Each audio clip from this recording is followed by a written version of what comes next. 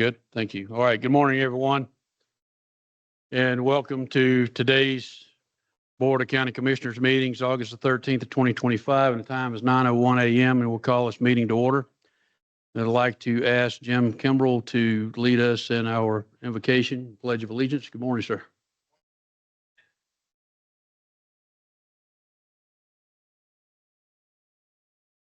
God in heaven, we come this morning to you because you're the creator. We have a very deep concern. Our county is in desperate need of you. We are in desperate need of following you. God, the biggest issue that is not on this agenda is our hearts are far away from you as a county. So many people in our county claim that they are your child or they know you, and yet this morning, so many probably didn't even crack open the words that you have for them. So forgive us, God. We turn to you because you are the one who alone holds our lives in your hand. You're the one alone who gives good direction. You're the one alone who is capable of leading us into life, going from strength to strength. It's only you. So today, God, forgive us, turn us around, heal this land. God, I pray for these commissioners. They need your wisdom today. They need to know that the Creator God is with them and helping them. God, we pray for unity among these three men and among all the people that are here in this county. God, when we don't agree with decisions, you've given us opportunities to talk about it, not to just grouse about it. And we, God, trust you with the leadership that you give us. We are grateful for these men that serve us. God, we also recognize in our county there are men and women who today are putting their lives on the line for us. They need your protection. We ask you to do that. God, would you bless our first responders? Would you bless their families? Keep their families together. May serving us be a joy to them, and that we would not be those people that we see on the internet just railing on the public servants. God, we pray for them. God, we also, for the administration in this building, so many people that work here to serve us. Care for them. Bless them. God, we ask that during this meeting, you would be here. You would be honored. And we would think of what you would want for our county and for our own lives particularly. So God, we pray God's blessing on our county. And we'll know it when it comes.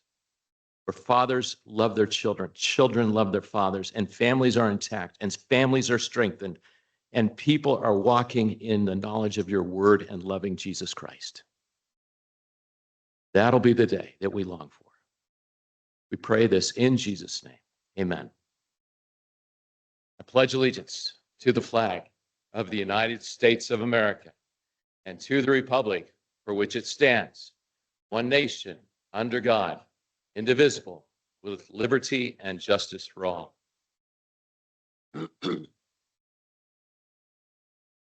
All right, we call this meeting to order and we'll ask for a roll call this morning. Good morning. Commissioner Buck, Commissioner Schroeder, Here. Commissioner McDaniel. Here. All right, next item on the agenda is the approval of the agenda. Is there a motion?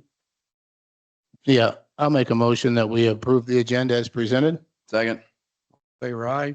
Aye. Aye. Aye. Motion carries. Next item is the consent agenda. Yeah, Mr. Chair, I'll move that we approve the consent agenda as presented. Is there a second? Second. All in favor, sign of aye. Aye. Aye. Aye. Motion carries. Next item is elected officials, department heads, and staff reports. Are there any elected officials here that'd like to give a report or comment this morning? All right, seeing none, are there any department heads here this morning who'd like to meet and comment? Good morning. Good morning, Commissioners. Jennifer Jones, Community and Development Services. I wanted to give you all an update on the comprehensive plan project and let you know that as of yesterday afternoon, we had received over 500 responses to the survey. So that's very exciting news so far. The survey will continue to be open through September 5th, so through Labor Day. So we hope that everyone will continue to take those and talk to their friends and neighbors about taking the survey. There are paper copies also available at the libraries and at county buildings. If anyone would prefer to do a paper survey, it's also available on the county's website and on the comprehensive plan website at elbertcountycomprehensiveplan.com. So I just wanted to give you all that update and be available if you had any questions about the comprehensive plan project. Thank you. Any questions, Commissioners? Okay, all right. Thank you so much. All right, any other department heads? All right, staff reports? All right, seeing none, everybody's quiet today, we'll move on. Next section here is citizens' public comment. I see there's a lot of people here today, and just want to read this out real quick before we get into public comments. This portion of the public comments are reserved for items of county interest that are not scheduled for this meeting or scheduled under discussion or action. So if you're here for something that's on the agenda, we'll give you an opportunity to talk about that in that portion of the public comments. So if there's something that's not on the agenda that you would like to bring to the board's attention today during public comments, now is your time to do that. So are there any public comments?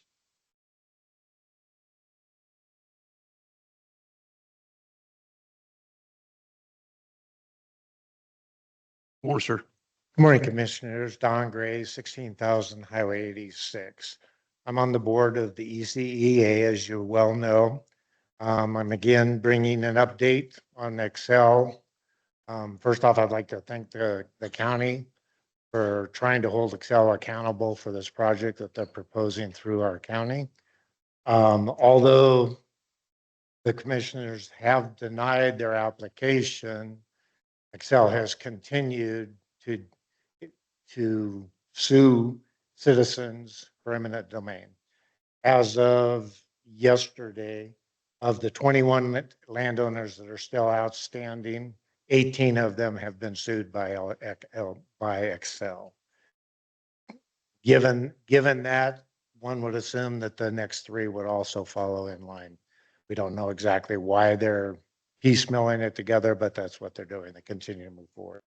The question I have for you today is there any update that you can share with the citizens on the legal battle that's to ensue with Excel, since they have sued the county as well? Is there any update we can be given legally? And is there any talk of teaming up with El Paso County? El Paso County has not been sued as of yet, but one would think that that would probably follow pretty soon since they denied their application. Thank you for your time. So I'll just briefly say that because there's potential pending litigation, we cannot comment right now as much as we would like to, but I'll turn this over to Lance for further. Yeah, and just an update procedurally where we are is on day 28, which is the deadline. Excel did file their appeal. We do have copies of those documents, but they have not been formally served yet. The county has retained outside counsel to work with me on that defense, David Foster and his firm. They have had similar successes before against Excel, and they're a very reputable law firm. I've instructed Mr. Foster to please have his office reach out to Excel and request a waiver of service so we can get the process moving. My office has been in contact with El Paso County about any coordination we can do. That is possible to a degree, but also unlikely because of the nature of the appeal. The appeal is a Rule 106 appeal in the district court here in Elbert County. El Paso's will be the same thing. It will be a Rule 106 appeal in El Paso County. And so while there might be similar issues to be briefed, they will be briefed separately for separate courts and separate judges. If this ends up in front of the PUC, which is not currently a viable path, there'll be more opportunity to partner with El Paso County, and we've already had conversations to that effect. So that's kind of a high-level update. It's a long complaint. There's a number of elements included, but essentially it's trying to overturn either on constitutional grounds or other grounds the decision of the county commissioners. And it's our job to defend that to the best of our ability, and that's what we intend to do. Right, thank you. Any other public comments? All right, seeing none, we will close this portion of the public comment.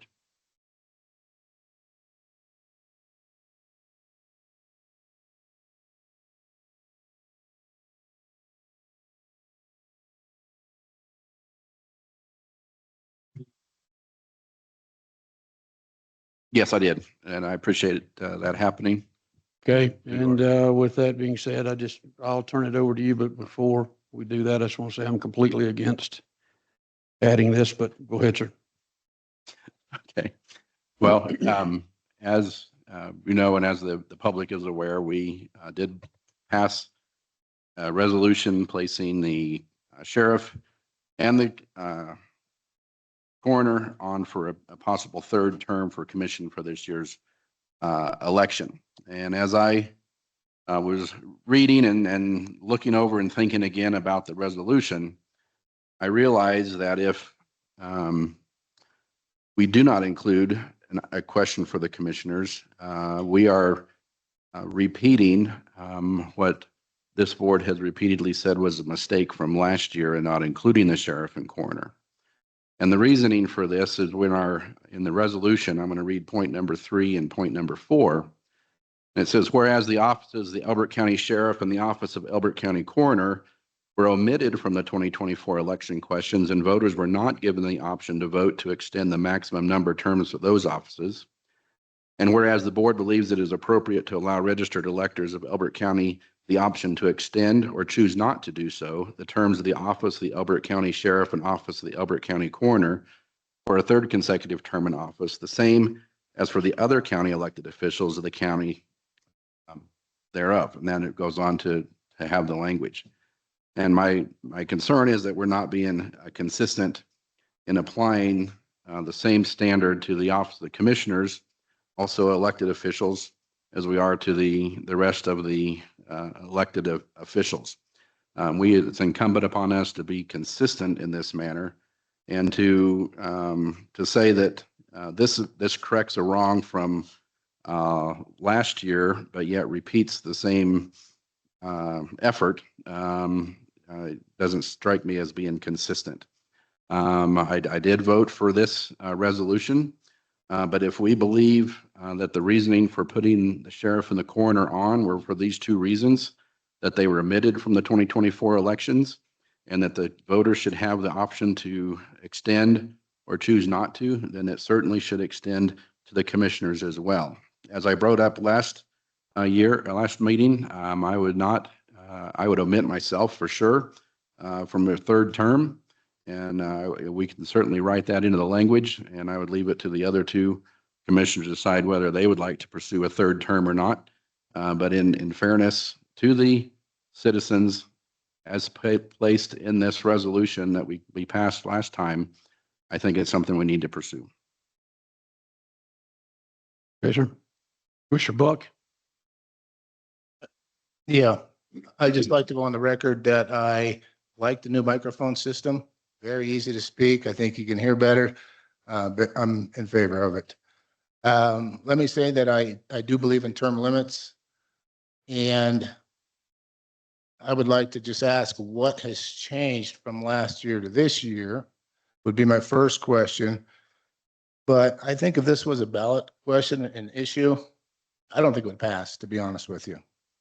I have not had any citizens reach out in favor of this idea.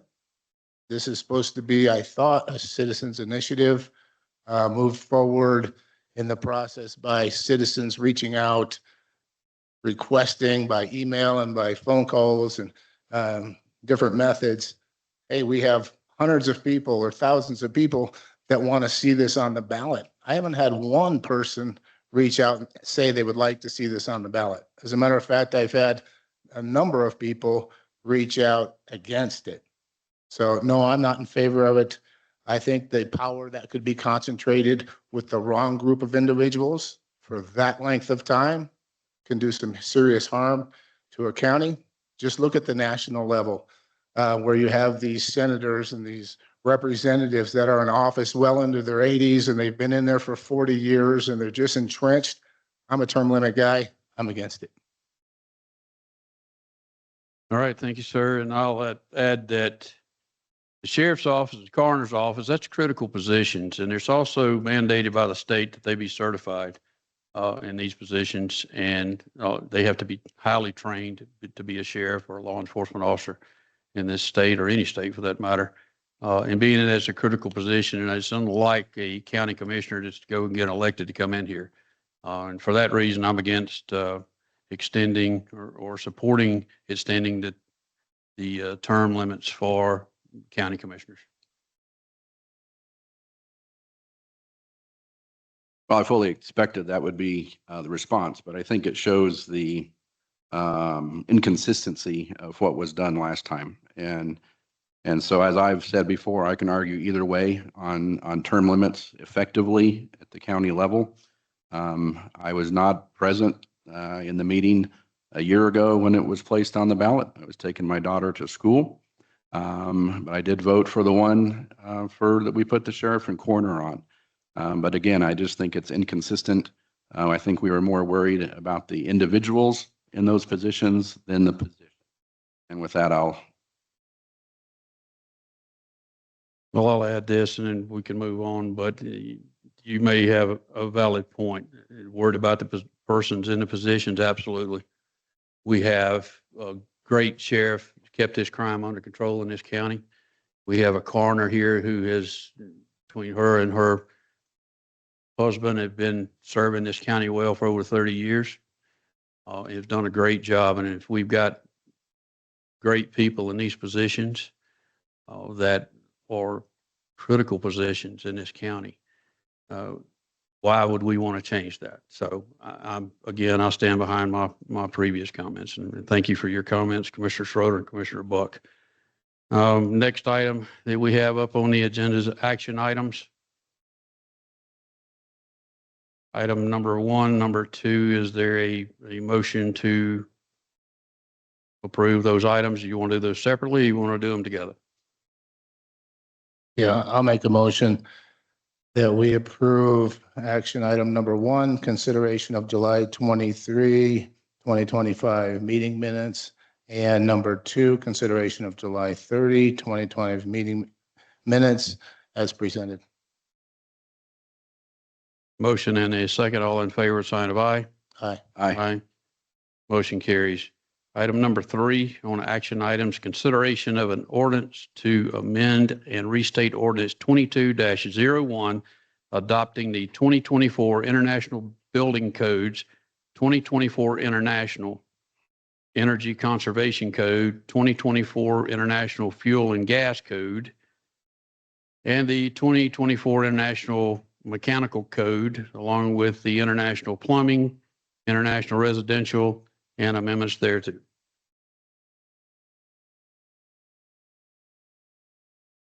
Is there a motion? Good morning, Commissioners. Morning, sir. Go ahead. I'm Rob Dana, Chief Building Official for the Building Department.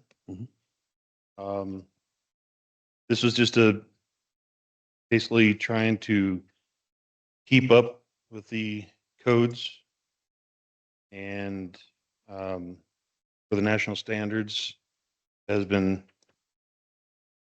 for construction. If there's any questions of what we presented, let me know.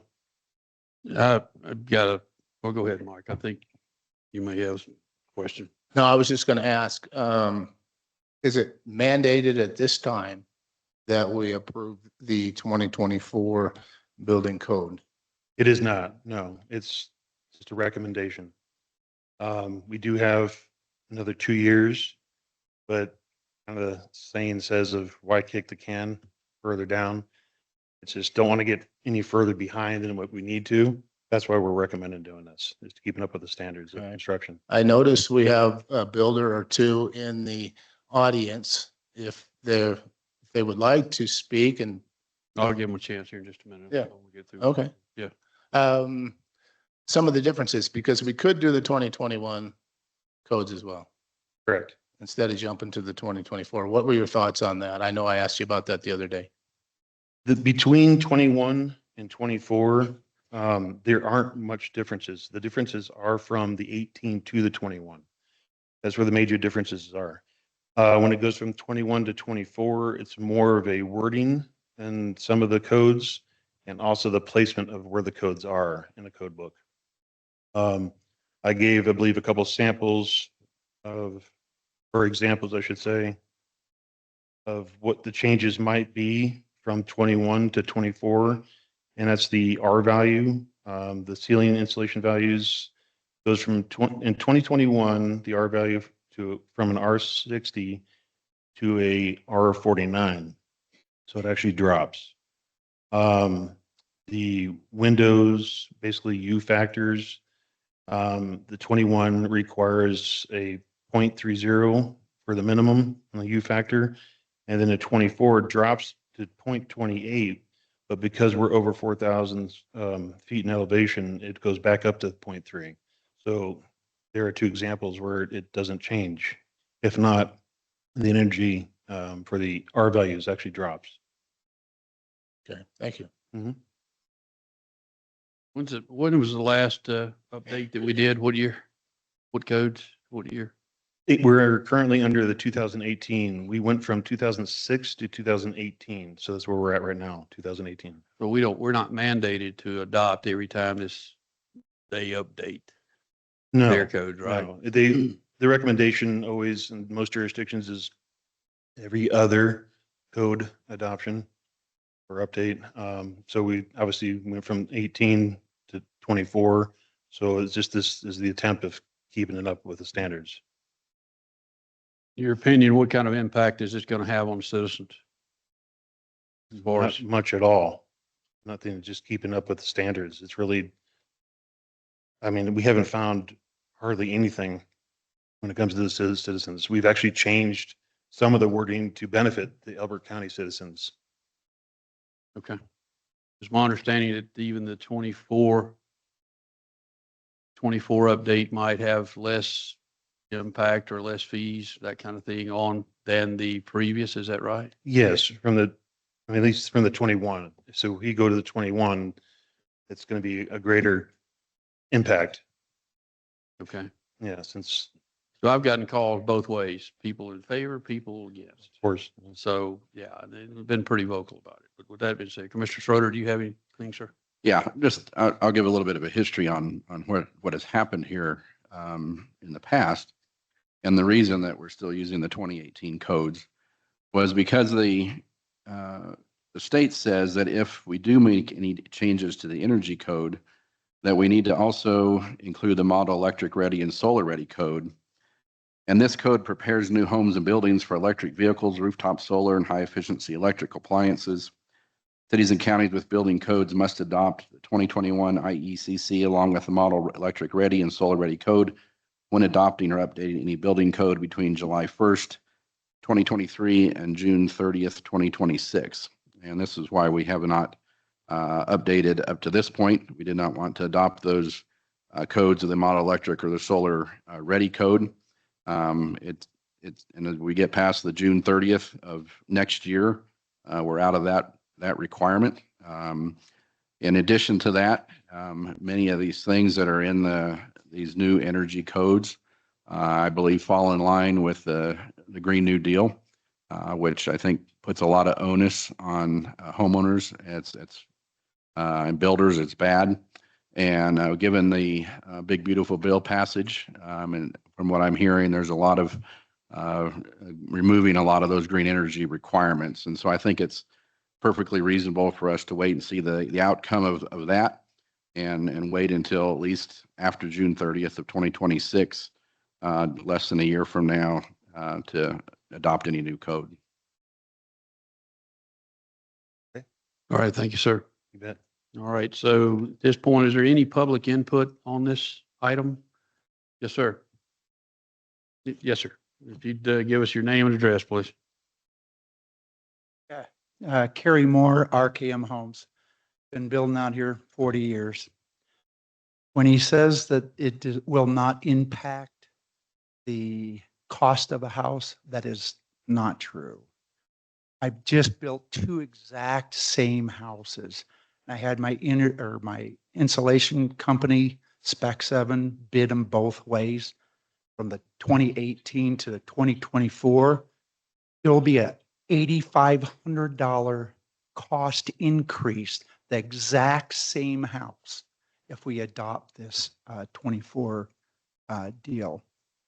And then also the electrical, if we go ahead and do the energy for the solar and all that, that'll cost me about $1,500. And it's not just me, it's the average person, okay? It's not the big bad builder. It is, how do our kids afford a house out here? Okay. I'm doing houses in Elizabeth and it's just, their fees are skyrocketed. Okay. That brings me around to another issue here.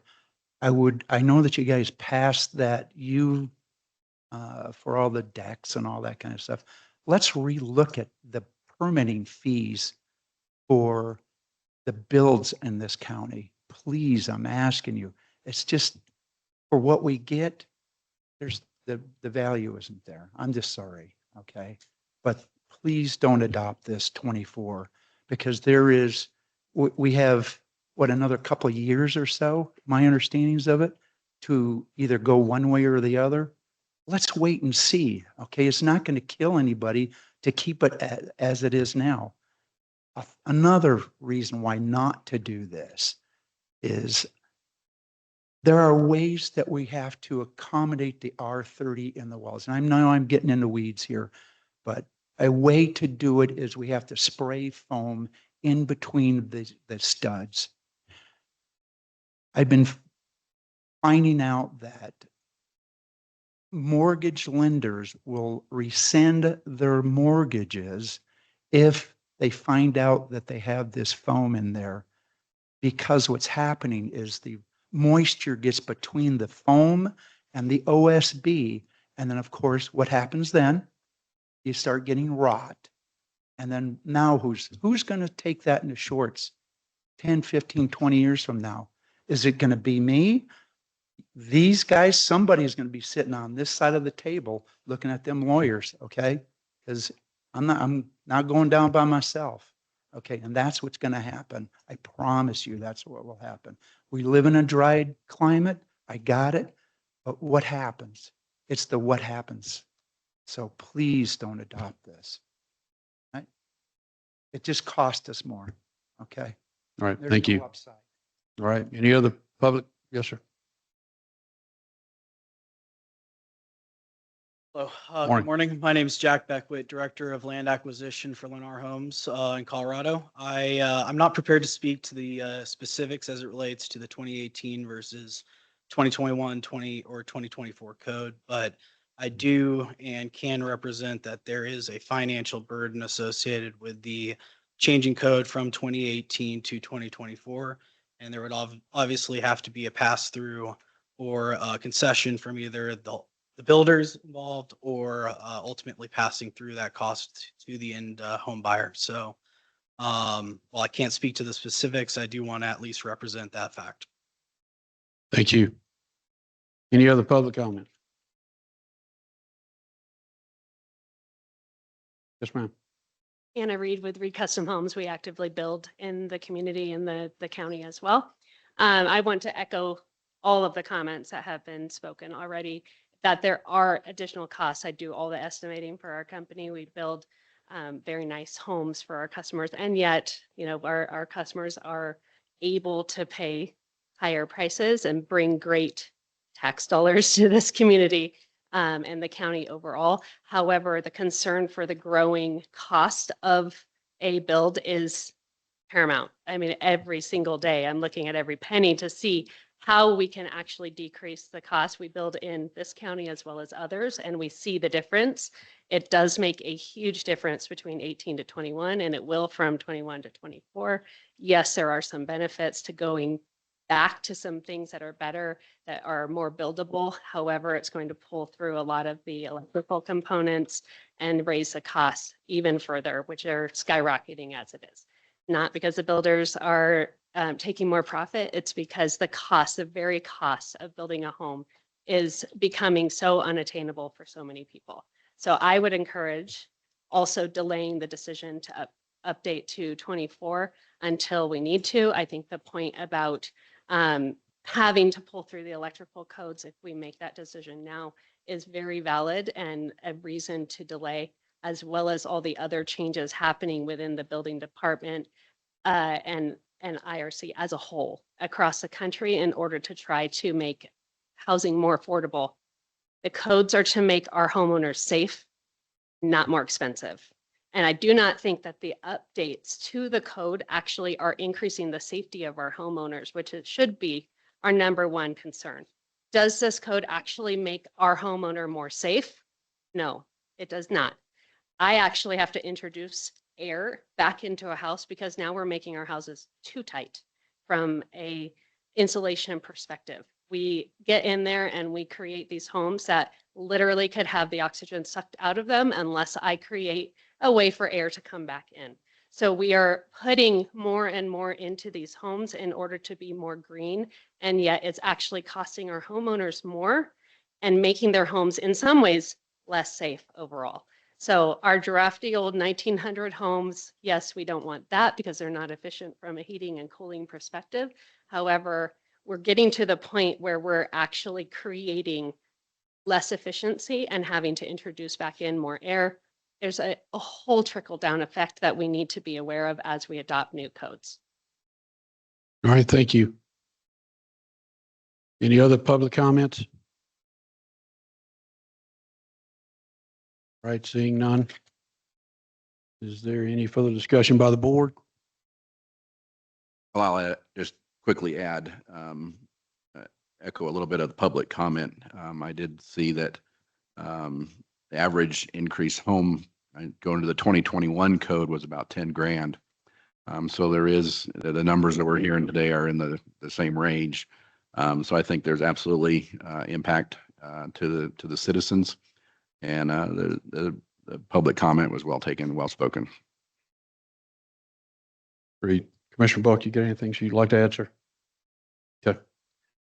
All right. Is there a motion on this item?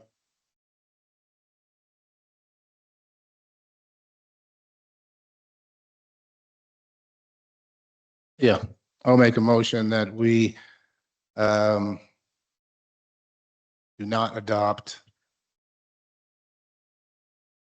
the ordinance to amend and restate ordinance 22-01, adopting the 2024 International Building Code, 2024 International Energy Conservation Code, the 2024 International Fuel and Gas Code, 2024 International Mechanical Code, 2024 International Plumbing Code, 2024 International Residential Code. All right, is there a second? Just to verify, that was to not second. All right, all those in favor to not adopt this, sign of aye. Aye. Aye. Aye, sorry. All right. Motion passes. Next item on the agenda is the ratification of the Comprehensive Plan Steering Committee members. These folks, just a minute to exit out here. Is there any discussion on this? Commissioner Schroeder, do you have any comments on this, sir? I do not. Commissioner Buck? Yes, I have some comments. The original parameters for the steering committee, we had a agreement that the committee was going to be made up of 5 individuals at large from within the county for a total of 15 members. We now have 16 members on the committee, some being from outside of the county. So I was hoping that the citizens were going to be able to control their own destiny on where this county developed, how it developed, and the road and the path that they chose without bringing in outside influence or outside developers. And I find it a little disheartening that we didn't have confidence enough in our citizens. First of all, we didn't have confidence enough in our planning commission, our board of county commissioners, the consultant, and the steering committee that we felt that this was necessary. So I'm a little disappointed in that. And I'm against ratification of the appointments to the planning commission, or not the planning commission, but the comprehensive plan steering committee for those reasons.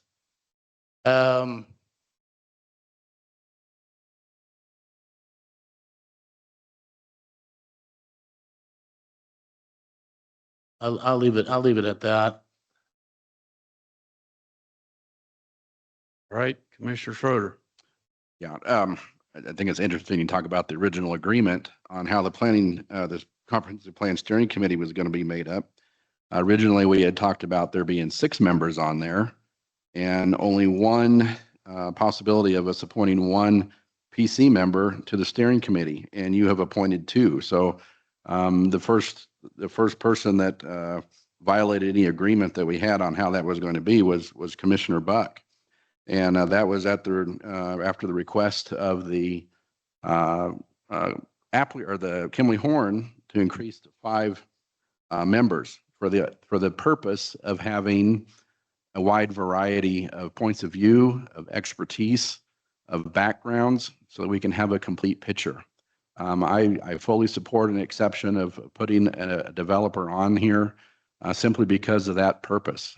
They have the experience, they have the understanding, they know what will and will not work.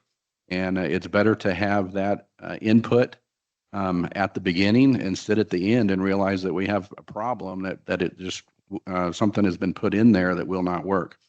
And so I'm fully supportive of this.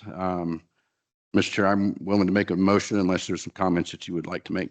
I'll just make a couple of comments real quick. It has nothing to do with the lack of confidence in our public or the people that we chose to put on there.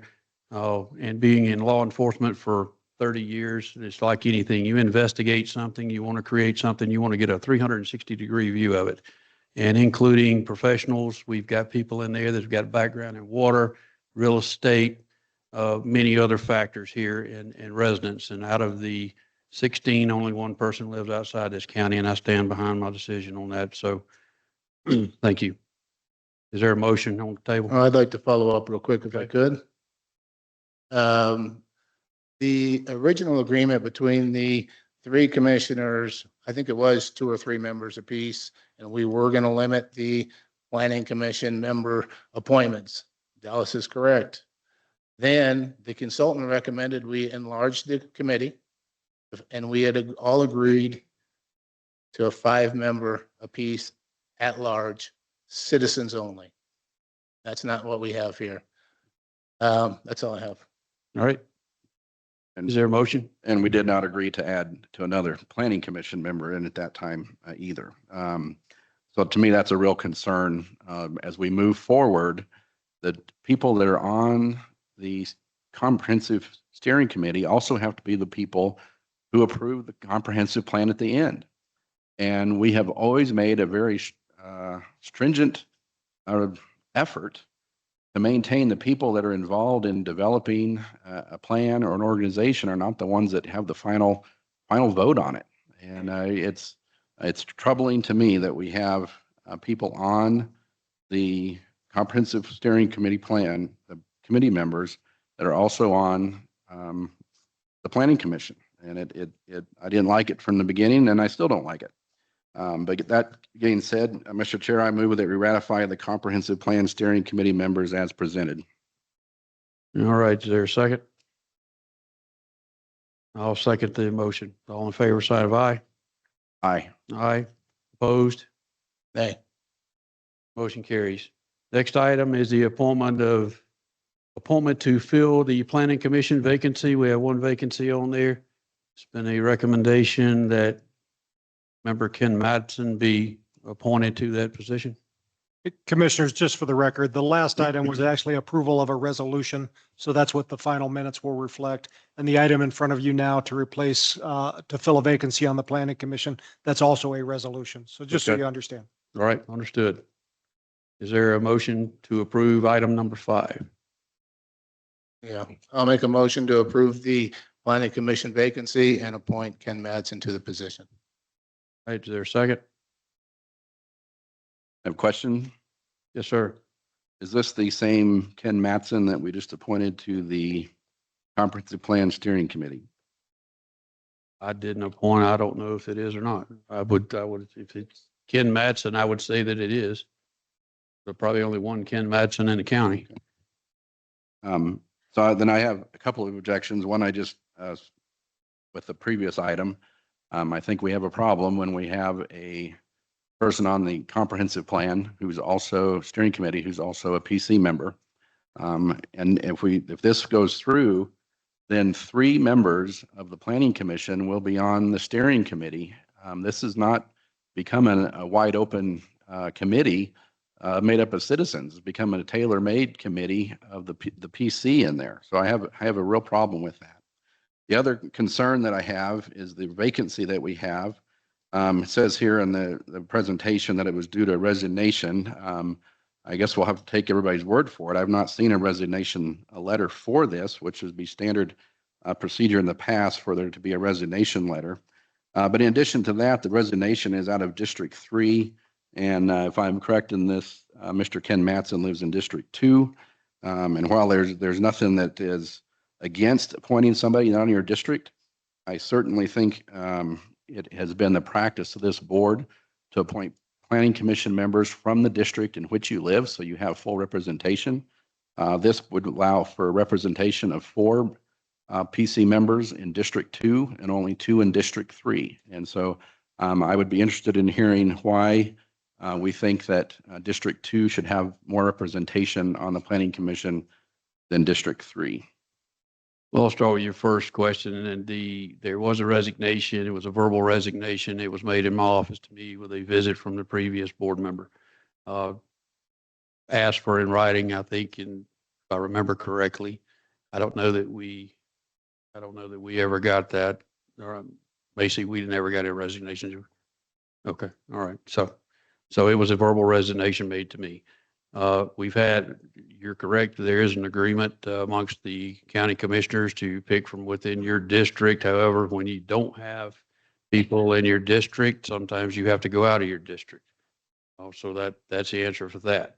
I do see your point in having people that are on both. I think that could create a problem. So with that, just a suggestion that maybe we need to go back to the drawing board here. Maybe we need to table this for further discussion, consideration at that point. So I'm looking to you, Lance, for guidance on this, please. I'll kind of address this and the previous item together because that's kind of how the conversation's gone. So as far as the steering committee, including members of the planning commission, there's no legal reason that can't happen, but there's also no legal reason that you have a steering committee. That's really something the board has elected to do to kind of get more involvement, and you have unlimited discretion in how you do that. Because this will be a legislative process approving the comprehensive plan, there are no procedural impediments to how the planning commission gets there. They can do so with this steering committee, without, et cetera.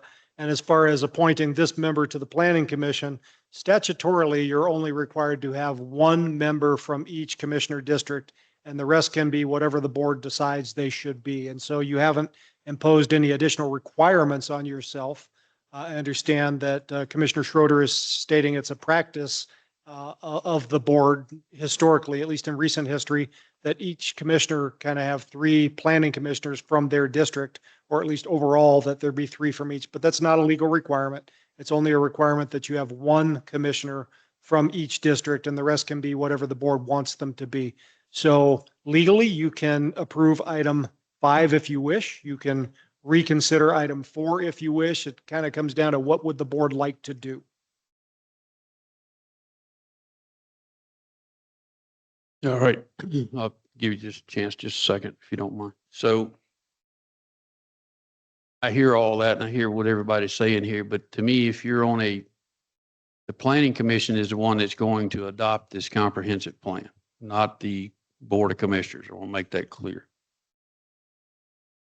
If you're on both, to me, it's sort of convoluted. I mean, that's just my thinking outright. I would like a little time to investigate this a little more and to look into this and see and get some opinions on it, if you don't mind. So that's just my opinion, sir. Commissioner Buck, you had comments, sir? Yeah, I would just like to point out that, first of all, Ken Madsen is a citizen of the county. Second of all, the guidelines do allow for 2 citizens at large, 1 within the district. So well within the guidelines. Englewood, I believe it was, appointed their whole planning commission to their steering committee. So it's done. There's nothing against it. I don't see a problem with it. I think we should move forward. And I think at this late date, it's, I don't know. I think he'd make a great addition to the planning commission. And I'm concerned that Dallas is wondering about being overrepresented. So has an issue with his district being overrepresented. So that's a good one, but that's fine. So that's just my thoughts. Well, let me say about Ken Madsen, he's an excellent, he's a role model citizen. I have no problems with that gentleman. That's why I recommend it and support it. My only issue is having people on this comprehensive plan that's also serving on the board, and I guess we should have looked at that a little closer. Commissioner Schroeder, do you have any other comments, sir? I probably shouldn't. Oh, no, don't. If you probably shouldn't, you should. Okay, so we got a motion. Floor.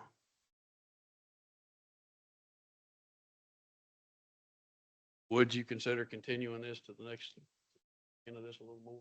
Feel better about it. Sure. If it's something that's going to prevent a affirmative vote, then let's continue it. I personally don't feel, I want to look into this to make sure that we're not really, I hear what our legal has said, but I want to make sure that we're not in any kind of a violation of anything and just, I want to look into it a little more, if you don't mind. So with that being said, you've got a motion. Do you want to withdraw that motion or do you want to follow through? No, I don't want to withdraw the motion. I'm sorry. No, I do not want to withdraw the motion.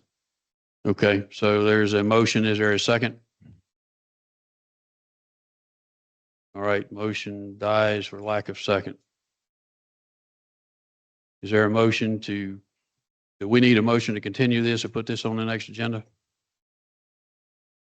You do not need a formal motion to continue this. We can add it to your next agenda if the board's wanting to do that. I do have a question for you, though, on the previous item.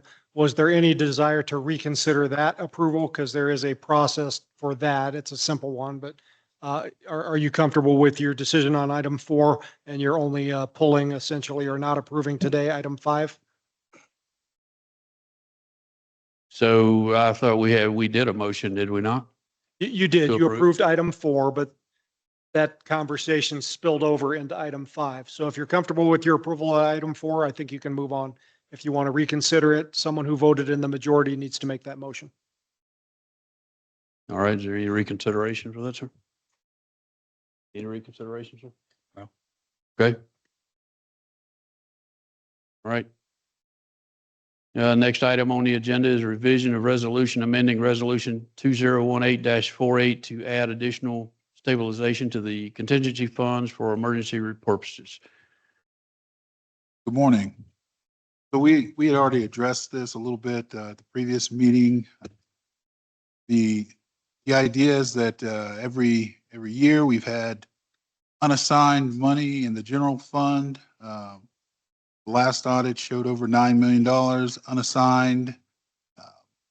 What the recommendation from staff, myself and our finance director and others is that we look at assigning some of that to our stabilization and emergency funds. So I guess the question is, do you agree that we need to assign some of that extra money to improve our emergency response, the county's ability to respond to things quicker and have money that is specifically allocated for those purposes? The prior numbers were 3.85 and 3.85 million. 3.85 million in one fund, which is resolution 18-48, and then resolution 17-20. I'm seeing also was started back in as early as 2018 from the unassigned money that was in the general fund at that time.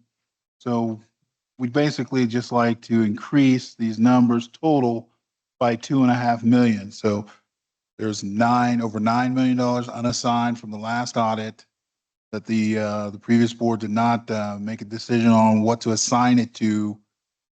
This is an opportunity for this board to increase those emergency funds by $2.5 million total.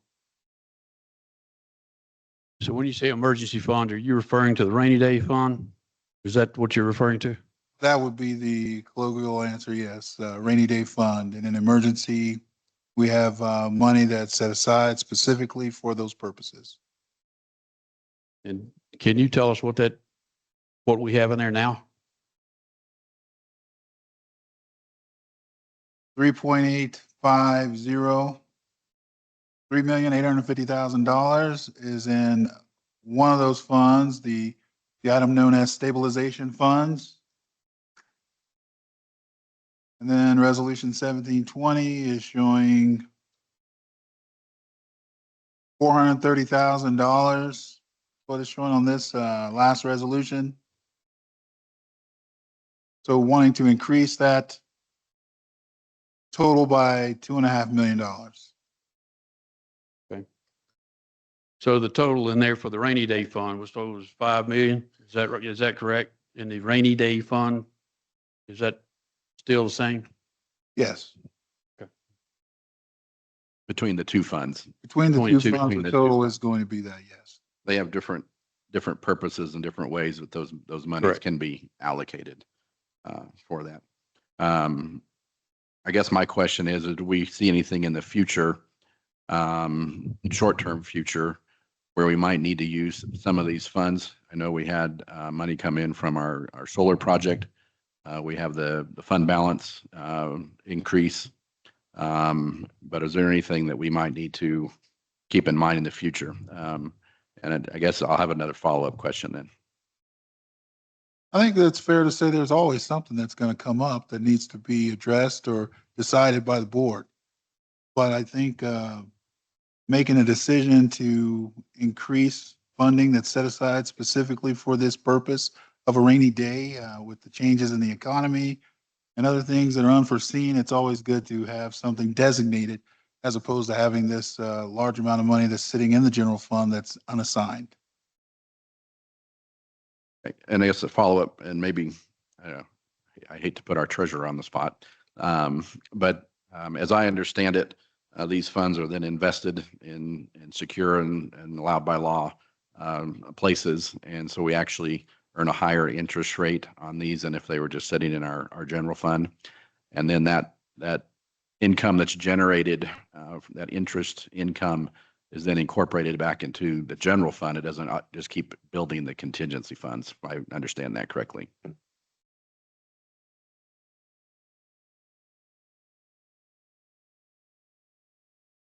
Good morning, Commissioner Sherry Hewlett, the Elbert County Treasurer and Public Trustee. Yeah, we do have money invested in Colo Trust and some long-term investments. So whatever your recommendation is, I try to keep money invested with folks that, can give us a good rate. In fact, have talked with our local banks to change our working funds from working just a regular checking account to a money market account so we can earn additional interest on those. So, but yes, I try to invest those monies wisely. Some of them are long-term, some of them investments, we can get to relatively quickly if we needed to, but I think it's important that we get the best bang for our buck, as it's not our money, it's our citizens' money. So, and I send you those financials monthly so you can see that. So if you have any questions on those financials, my door is always open. So Just a quick comment. Thank you for what you do. Mhm. Appreciate that. No, we appreciate, sorry to put you on the spot, but wondering, Commissioner Buck, I do you figured have you'd any, have the answers. got no questions or comments? Okay, right. All right, so is any other comments, sir? I do not. Okay, so is there a motion on the table to approve this? Mr. Chair, I'll move we approve the resolution amending the resolution 1720, a resolution designating funds within the general fund as dedicated line items known as the committed funds, stabilization funds, and contingency funds, and resolution 1848, a resolution designating funds within the general fund as dedicated line item known as the stabilization funds. All right, there's a motion. Is there a second? Second. All in favor, sign of aye. Aye. Aye. Motion carries. Thank you.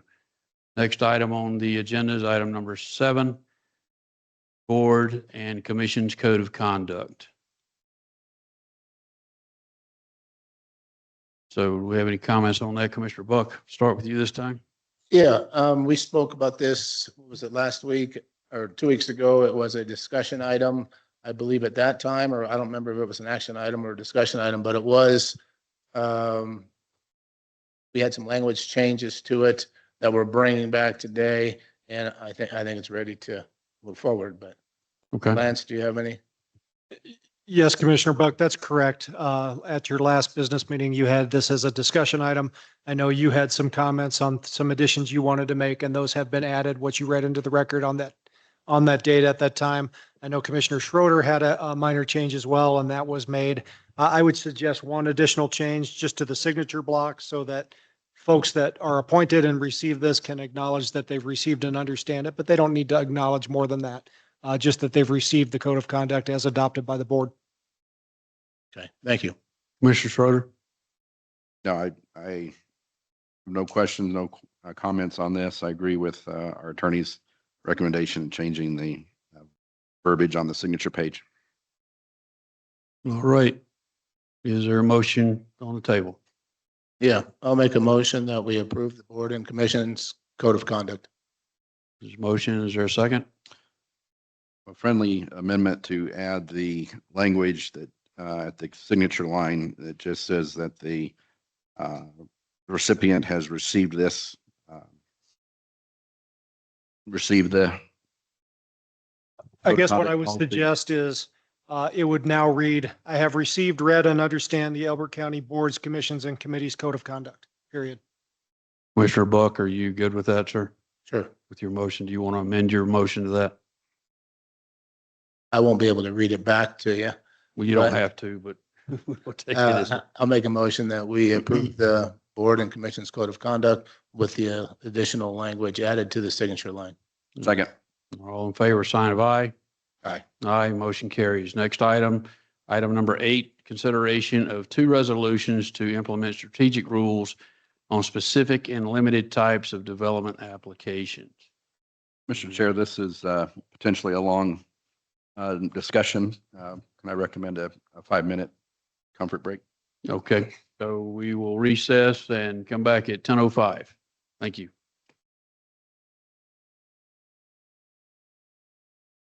We're good? All right. So call this meeting back to order. 10:09. Next item on this agenda is the consideration of 2 resolutions to implement strategic pause on specific and limited types of development applications. And with that, I'm going to turn it over to Commissioner Buck to kick this off. This discussion. Well, I appreciate the opportunity. The topic that we're talking about today was discussed at 2 separate meetings, 2 different discussion items. It's been discussed and rediscussed. We've had executive sessions. I don't really feel like defending a vote or defending a position. I don't think I should have to at this point. We've belabored it to death. If people wanted me to, I'll be more than happy to do that. But this morning, 5 minutes before the meeting took place today, I was giving a language and verbiage from our attorney to review. I haven't had a chance to review it. Apparently, and I'll let him speak to what it is. Apparently, he was given it to him by one of the local developers on language they would like included. So I'm not prepared to move forward at this time. So commissioners, and I was going to make a record on this. There was some language tendered by the attorneys for Mr. Kraft or the Kraft Developments. It is yellow highlighted. And the reason I'm holding it up, there's a handful of extra copies that I've given to Jennifer that she can hand out. I don't think there's enough for everyone in the room, but we can make more copies if need be. It is simply a request from the public to make changes to what is in front of you today. So you don't have to do anything today, obviously. I would suggest you, at a minimum, take public testimony on this issue so you get additional feedback in addition to this single request. And then if necessary, I may suggest an executive session to discuss legal issues before you choose what to do, whether that's a continuance or a vote or whatever the case may be. I don't have an interest in this other than serving your needs, but I may suggest towards the end that we do an executive session. Thank you. Commissioner Schroeder. So if I heard you right, you would like to change their order of the way we proceed through an item to start with public comment? I'm not necessarily suggesting you change the order, but if the board doesn't have any discussion on this item, I still suggest you at least hear from the public that showed up today to speak on this matter. If the whole idea is to take this under advisement and make sure you have full information, I think it's possible the public might have some input for you as well. So I would suggest you do that before deciding whether to continue or not, but not necessarily before the board has a discussion. Understood. Well, thank you for that. And Commissioner Buck, thank you for bringing that up. It does raise concerns, especially from a legal standpoint.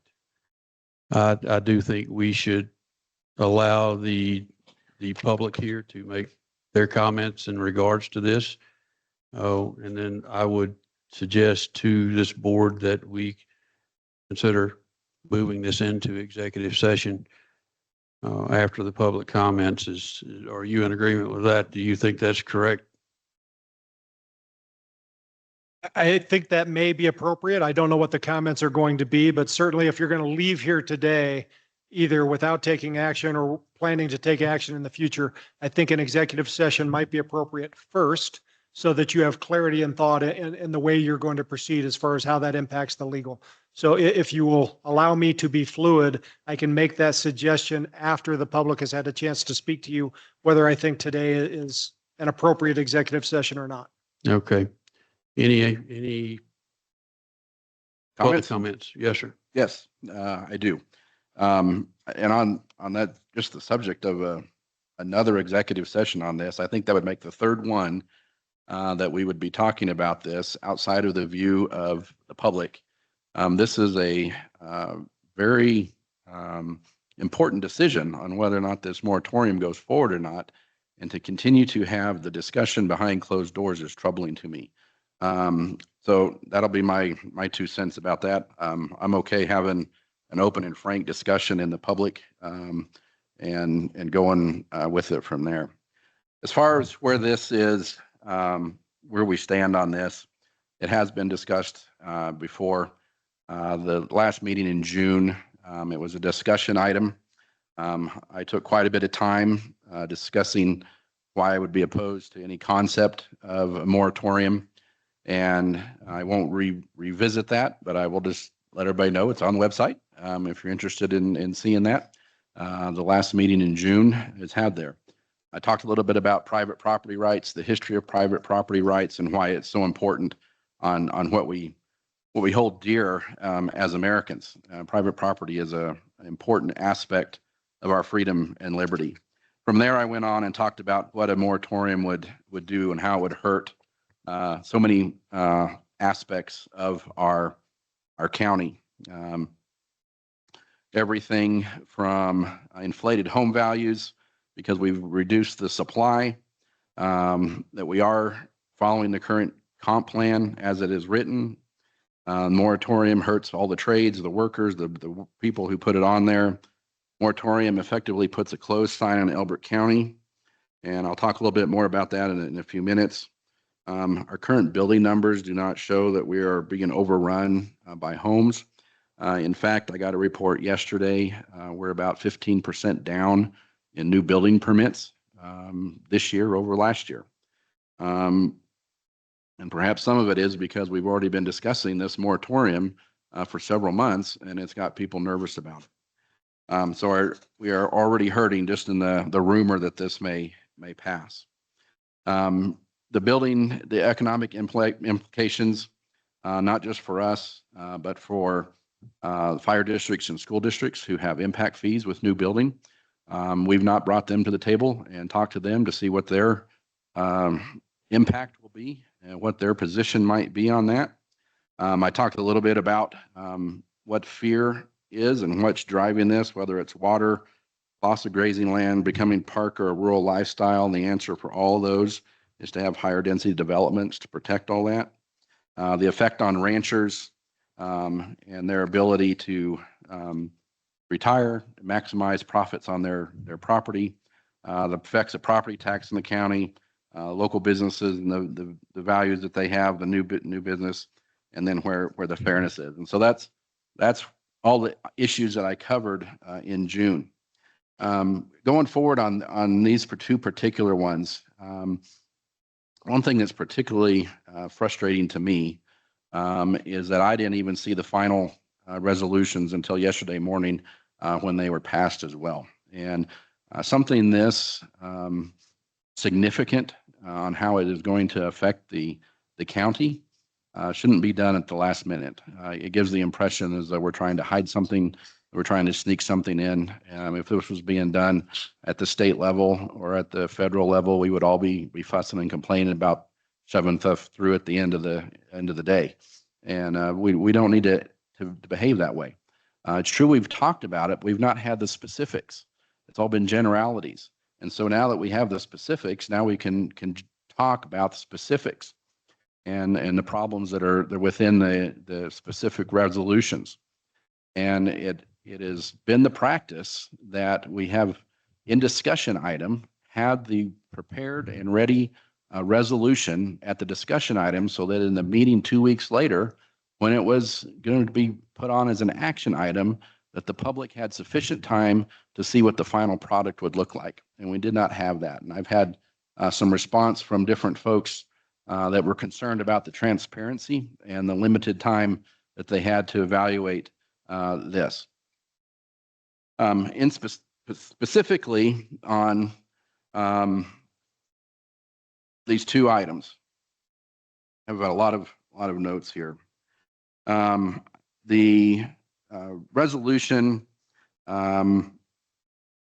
to suspend the EDZ and amend on that. There's some concerns that I have with that. I'm There was some negotiation on that to get that down to where it was an 8-acre parcel. But the two things that I have on that are concerning to me in particular are that it talks about the processing of all current applications for the EDZ site plan to be suspended, and removes any EDZ site plan for indoor and outdoor storage of any kind, which again goes back to our private property rights. If a person would like to do storage on their property, I think they should have the ability and the right to do so. Some of the concerns that have been brought forth on this board in regards to traffic and that sort of thing with previous applications that were RV storage, those should be addressed pretty easily with these 8-acre parcels. The numbers of RVs that are going to be parked on an 8-acre parcel is significantly less. But I do have some concerns with that, some ideas that it could have some negative consequences. The resolution itself has some opinions put in it that I don't necessarily agree with. It talks about a future land use map, that we don't have one, and that's a reason for implementing this moratorium on the EDZ, which I'm not opposed necessarily to a future land use, but it's not a required element. And so therefore, I don't know that we can use that as a reason to do this. It just doesn't exist at this time. It doesn't mean that the EDZ doesn't have the flexibility to do built into it to do what we need to do to direct and work with the applicants to make it work. It also says that we do not have a comprehensive plan that adequately plans for and directs future economic activity. That can be an opinion. I don't know if that's a reason to do this.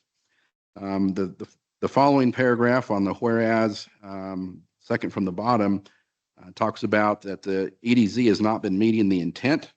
And particularly it says it's not providing jobs, which I disagree with. The Drill Tech EDZ, when they build out, will have 12 to 14 employees there.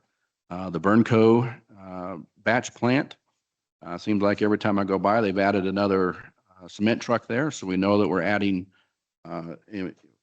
jobs there. And even the EDZ zoned parcels that are doing hay sales, there are people there that are working. So it is providing jobs. It is stimulating our economy. So I'll leave it at that. The real troubling one to me is the one that is reducing the, well, as it says, suspends the following regulations as well as all applications and processing current applications for planned unit development zoning, which includes a total number of 50 or more residential units and all zoning applications with response to or regards to R2 and R1 zoning. Basically anything less than 1 acre or 12,000 square foot lots. This has a real potential for a negative impact on the county. When you put these two together, this effectively shuts down any zoning pathway the county might have for multifamily and attached housing, including paired homes, patio homes, townhomes, duplexes, however you want to put those. They're nearly non-existent in our county now, and we desperately need them to help bring home prices down for people so they can have a home. By removing these two zonings, we're just going to exacerbate the cost of our housing cost issues within the county. You're removing the lower priced products, and it's just going to increase the prices throughout. I also will point out that these resolutions would make, if they were in place when our chair's home was built, that home itself would be prevented from being built. And so I think that is interesting to think that I can live in a home like this, but nobody else can. I'm concerned about the idea of here being a 6-month moratorium. When we look at everything that's going on right now within the planning department, trying to do updated zoning regs, the future land use map, and a comprehensive plan, I'll be very surprised if this is truly a 6-month project. And if we know this going in, then we need to follow the proper procedures, having a public hearing as it's outlined in state statute so that everybody has full notice, full ability to participate instead of doing this by resolution. According to the county timelines for the comp plan, it's just not going to be done in 6 months.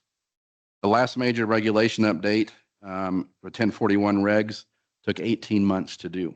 And if we know going in, again, that this is going to take more than 6 months, we need to follow an alternative process. One of the whereases in here talks about water and that the water requiring the wells to be out of a deeper aquifer. The county has been very successful in negotiating with developers to use the lower aquifers. All of our PUDs at this point are using lower aquifers except for one, and that is a subdivision called Elora, which is up in the northwest part of the county. The very, very corner touches Arapahoe and Douglas, so it is the very corner. It is getting its water from Aurora Water, and is not affecting the wells at all. And this resolution would seem to imply that then that would, because they're not going to a lower aquifer, that development wouldn't be allowed as well. I find that some of the details here are arbitrary and capricious. The 50-unit cutoff or more for residential units, there's been no evidence presented, no evidence studied to look for as a meaningful threshold for traffic, water, or infrastructure report to where that number for 50 came from. Like it just was pulled out of thin air. There's no reason why there's this 50 unit cutoff.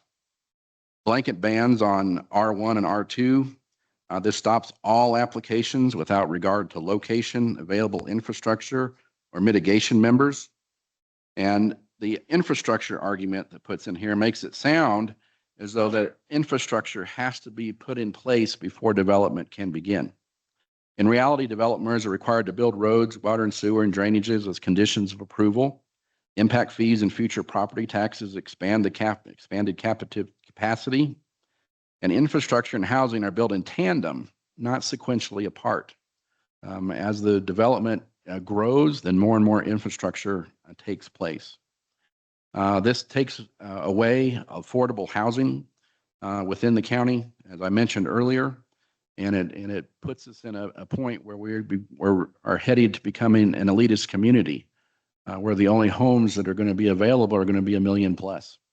And that's not what we need. We need homes at a variety of price points for people to be able to purchase a home. We need homes that young families can purchase. We need homes that people can retire in. And we're taking all of that away with this moratorium. The long-term effects of this is where the real problem is. We say it's a 6-month moratorium, but the effects on them are way, way longer than that. Investors, developers, people who are wanting to invest in our county want stability. They want to know sureties, know exactly what's going to happen. And this is not putting that in there. And so this has a chilling effect on investment, signals instability, and it will push developers, investors, and lenders into other counties. Now we say, well, it's only going to last 6 months, and then we'll turn the tap and suddenly everything will be back. History has proven that that's not what happens. It takes a long time to get things going again. And so I would submit that this would be committing economic county suicide for the remainder of the terms for people that vote for this, because the unsurety for our investors, lenders, and homeowners just will not be there. And so even if at that point, in 2 years, 4 years, 6 years, whatever the case may be, a more business-friendly environment is sitting at this table, it will still take another 2 years at least to get the ship rightened and turned around to where it needs to be. And so what we're calling a 6-month problem could very well turn into a 6-year or 8-year problem before we get back to the same point that we are. And that is a disservice to our current citizens, and it's a disservice to our future citizens. This will create a housing supply shock, eliminating all attached and multifamily options, and removes affordable inventory from the pipeline, pushing the prices up. And so while you say that's not going to affect me because I'm already in the county, go ahead and shut the door, shut the gate. I'm here. The effect of this, though, with the reduced supply, is that the prices go up, and that will be reflected in your property taxes. Lost impact fees, both for the county, for the fire department, for the schools, could have a catastrophic effect on their budgets. We use our impact fees for capital improvements, and if we do not have those funds being increased, then that means we have to look elsewhere, either in reductions other places, or when things turn sour within the economy, we lose services. I would be loath to put a tax increase question on the ballot. So why would we want to head down that road? Hurts our local tradesmen, hurts our local workers, hurts our local companies. It's a practical impossibility for this to be done in the 6 months. It is something that I think we would not recover from quickly. We would feel the hurt for a long time if this is continued. And I will reserve for further comments, but I will stop at this time and turn it back over to the board or chair. Thank you, sir. Just a couple of clarifications, and I'm speaking for myself, so nobody's trying to hide anything from the public here. So the executive session is set up for legal advice, legal opinions, so that we don't misstep. And that's something that we've tried desperately not to do. Yes, there have been many meetings, as stated, because this has going to have a huge impact on this county and the people in this county, and we've got to get this right. Do we need a pause? I do agree. We do need a pause. It's just my opinion. But I will say that since Commissioner Buck has submitted his original ideas with this thing, it's basically been, I'll use the word watered down possibly, but it's been gone through tremendously. I do feel like we do need to have an executive session to discuss the legal aspects of this and get some advice and opinions from our legal counsel before we go forward. I would like to see, and I don't care if it takes 5 more meetings or 10 more meetings, and so be it. We've got to get it right. And that's the message that we've got to get out, that we've got to get it right. And we do need input from the public. And we need to hear what the public's ideas are and what on that. So if that requires us having a public meeting for that, then I'll say by all means, we need to do that. Sort of the opinion, we need to back up and punt, as they say. We need to look at this thing, and it's taken time, and I hate that the word's on the street, and yes, I do believe that it's already having an impact on this county because we have delayed, and we should have kept this more in the executive session, I think, and more in-house and until we got it right and come back to the board and come back to the public. Just my opinion. Commissioner Buck, I turn it over to you. You got any comments, sir? Yeah, I have some comments. And I think to jump on what Commissioner McDaniel said, there's been nothing hidden.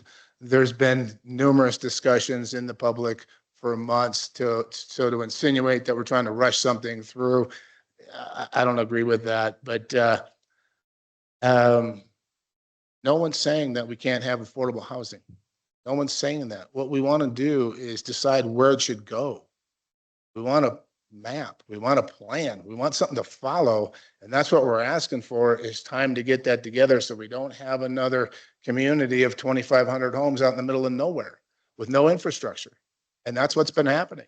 And I'm not going to hold a batch plant in a prime development stretch of our county I'm not going to hold that out there as a success. To me, that's not a success. Yeah, they provide some jobs, but That area right there, industrial, really, between Elizabeth and Kiowa, that wouldn't have been on my map. That definitely wouldn't have been on my map. That would have been commercial maybe. We could have had retail there. We could have had a nice steakhouse there. We could have had some things that generated revenue for the county. Could have been nice. Now we got a batch plant. I'm not holding that out as a success story. But yeah, we need to decide where these things go. And we need to do it as a consensus as a county. A properly planned community is going to be so much more successful and nicer than a hodgepodge of just, hey, wherever someone decides, I want to build here and I want to do this and I want to do this, and property rights are, absolute. I can do whatever I want. I can put a radioactive dump site next to a school because they own the property. No, that's what rules and regulations and zoning requirements are for. And we want to get it right. We only have one chance to get it right. And apparently we should make this pause maybe longer than 6 months like I wanted to originally. The 6 months isn't going to get it done. I agree with Commissioner Schroeder on that, but that's all we could get. This, as presented now, is watered down because of negotiations. It's not as strong as I would have liked it. I'm not getting everything I like. I'm actually not even that happy with it. We've watered it down through negotiations, through Colorado revised statutes, and we got what we got. So would I prefer the language be a little bit different? Sure. Is it a complete win for my point of view? No, it's not. It's a compromised version.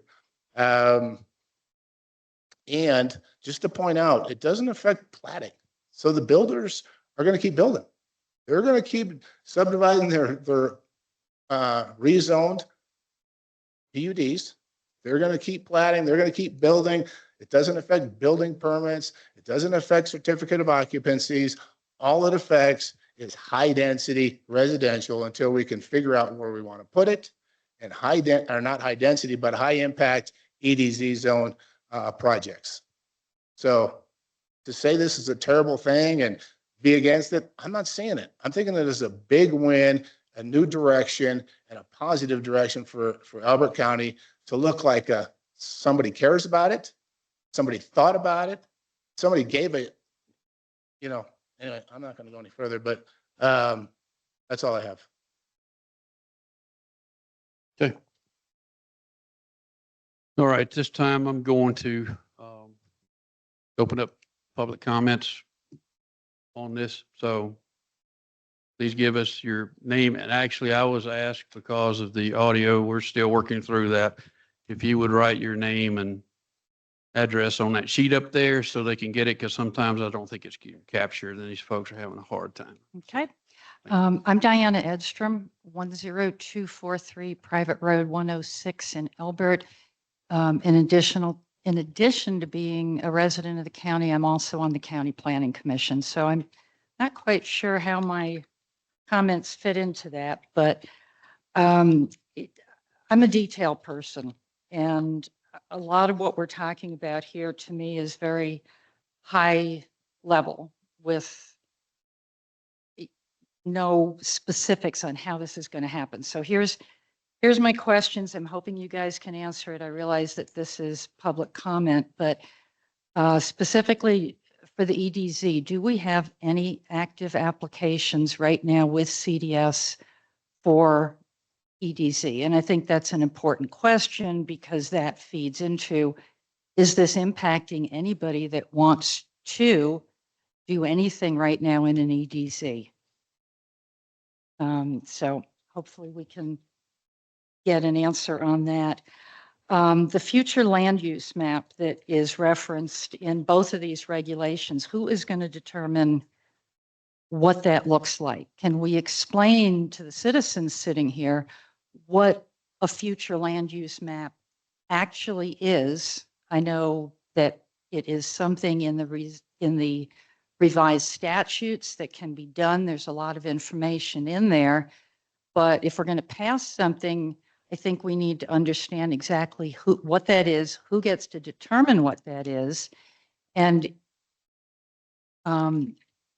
does that impact any land user and land users zoning regulations. So if I'm an ag property and we have a future land use map that says, my understanding is if this is an ag property, somebody's going to determine, well, in that physical specific area, you can't do, or you can only do X, Y, and Z. So again, on the, still on the EDZ, let's see. So I asked about that. How did we come up with the 8 acres? Where did that number come from? And that was in number 1. Was that arbitrary? Was it based on anything? Did we just throw little sheets of paper in a hat and say, oh, that's it? The storage thing, and I'm hoping I can comment on this because the board did recently approve an EDZ for a storage facility down on 13, and there was a lot of discussion about a turn lane and that the applicant should be paying to put a turn lane in. And I'm bringing this up because everybody understands that that is a very busy road. There's already industry and residential on there.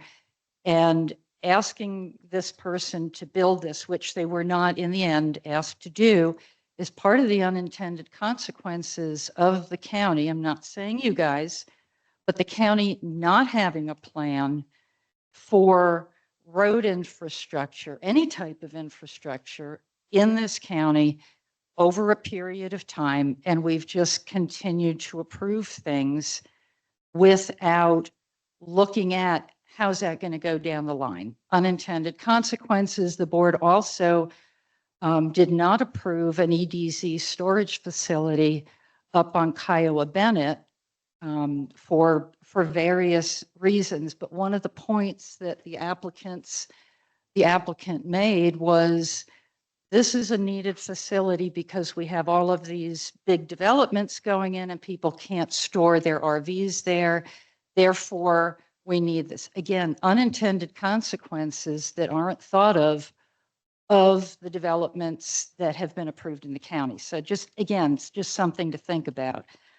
The 6 months, I've got to agree with Dallas, that's a tough one. And if it is 6 months, when does CDS have to have those zoning regulations to the Planning Commission to start the clock to review those, to to put a recommendation onto the BOCC, because the BOCC then has to have a 30-day notification process in front of the community. Does that make us 5 months? Does that make us 4 months?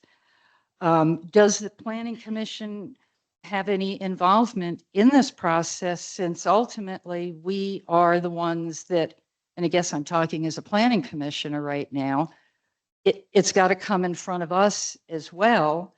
So should we not have the ability to be involved in that process to work through it right at the beginning? Transparency, I'm just going to mention that. Transparency to me is huge as a citizen in this county. Don't know the politics behind this, but putting this on the agenda 24 hours before it came up in front of the citizens is not a good look. Real quick, let me move on. How much time have I got? I'm good? Okay. Affordable housing, term that means just No, that about- is 5 minutes, Diana. Oh, I thought I was good to go on. Okay. Affordable housing, that's a term that really doesn't mean anything in particular. We need to talk about it. And there's so much more here. I really think you should table this and allow for further discussion, not in an executive session, please. Thank you. Any other public comments, please? Yes, sir. You'd give us your name and address and then add it onto that sheet would be appreciated. I'm not much of a public speaker, so I have some notes here, but my name is Tori Williams. I live at 850 County Road 118 in the county. I'm a homeowner out here. I'm really glad that you folks are looking at this moratorium. I agree it's too short. I actually think it should be much longer. when we talk about this dense housing, PUDs, development zones, things like that, where we're getting a lot of people into a single space, we talk about traffic concerns, we talk about wildlife concerns, and those are all very valid concerns. But the one thing I hear kind of pushed to the side and see pushed to the side is water. Every single person in this county is dependent on two aquifers below the surface. They're finite and they're non-renewable. That means eventually, one day, they will run out. No one, not even the USGS or really anyone, the state can tell us exactly how much water is in those aquifers. The average family uses a half of an acre foot. And if you don't know what an acre foot of water is, it's a foot of water in an acre space. It's about 163,000 gallons of water. The average family uses half of an acre foot or 163,000 gallons of water every year. That's one family, average family. The difference between putting 10 families on a 100-acre plot and putting 300 to 500 families on that same plot is millions of gallons of water out of that aquifer. Billions. No one can tell us how many millions of gallons of water draw down an aquifer a certain amount. No one can tell us that, right? But we do know it's finite and it's not lasting. So the funny thing that I hear today, and the ironic thing is I hear all these developers and I hear all these builders up here talking about affordable housing, but no one's talking about what happens to those families in the PUDs when those wells run out. 10 years, 15 years, 20 years, nobody knows, right? But that family that got affordable housing in Elbert County, 10 to 15 to 20 years from now, that well runs dry.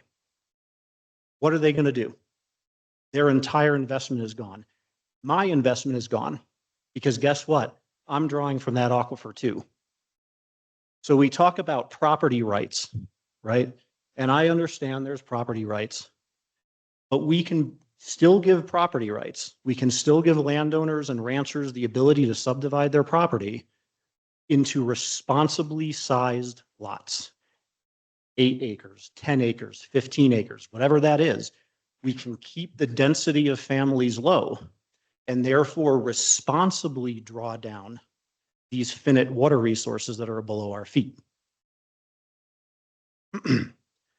So, again, folks will say, hey, Tori, well, we have to make affordable. We have to have affordable housing in the county. Well, with all due respect, I'm not going to New York City and LA and telling them to make housing affordable for me, right? I'm a hobby farmer with a IT job.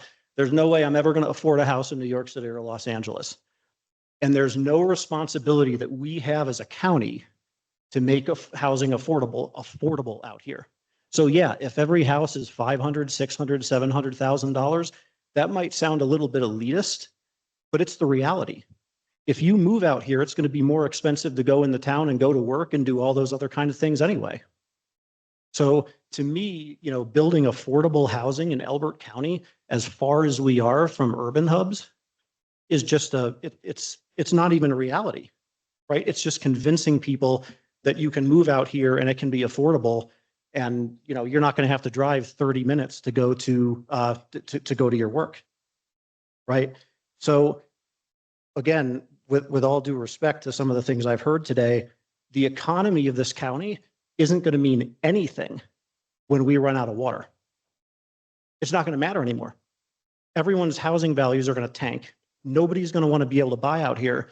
And all these 2,500, 5,000, 6,000 families that we built this affordable housing for are going to be screwed, right? So the economy, the county isn't going to mean anything. To sustain the economy in this county, we need to keep we need to keep less dense housing. Sure, it's going to be a little bit more expensive, but it's going to draw those water levels down affordably. And gentlemen, I'll leave you with this. When I was a kid, we did stupid kid things. And we used to go out onto this really long railroad trestle. I mean, it was hundreds of feet above the water.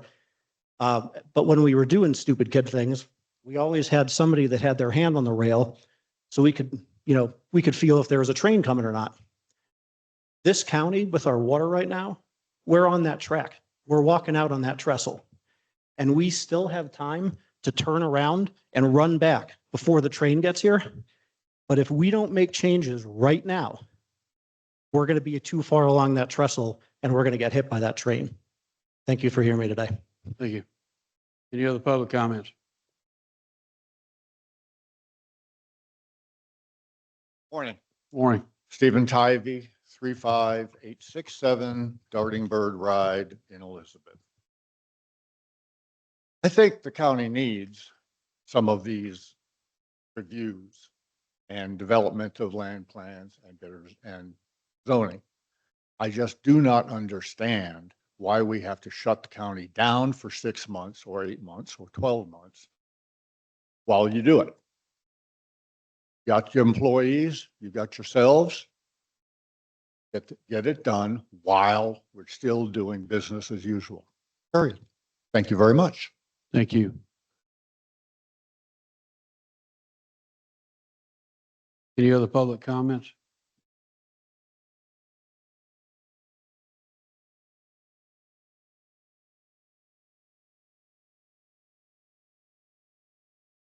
Jim Marshall, 4091 East Chestnut Court, Greenwood Village, Colorado. I could talk for half an hour easy on all of this stuff. You guys know that. I want to address the water real quick. There's 5 aquifers, not 2. And the aquifers that the developers use are the Denver, the Arapahoe, and the Laramie Fox Hills. These aquifers are very deep. Wells cost us over $1 million a piece to drill, and they have a lot of water down there. I agree, nobody knows exactly how much. You guys did commission a study that was updated last year, the Forest Green study. They're still telling us that we've got hundreds of years of water supply out in this county. Nobody can know for sure what that is, but what I can tell you is that we are, like at Spring Valley, we've instituted our first phase of reuse water. We are actually reusing our wastewater. We treat it and we're irrigating the Spring Valley Golf Course with it. We have the ability to irrigate residential housing. The state of Colorado, about almost 2 years ago, passed legislation, and this microphone's not working great, but they passed legislation about 2 years ago allowing municipalities and jurisdictions to take their reuse water, treat it to a higher standard, and put it back in the potable water system. You actually can reuse about 80% of your reuse water. That is going to sustain our aquifers considerably longer than we could have 10 or 15 years ago. The state is still working through all the regulations and treatment processes. We met with the state about 6 or 8 months ago to talk about how we can move forward with Spring Valley.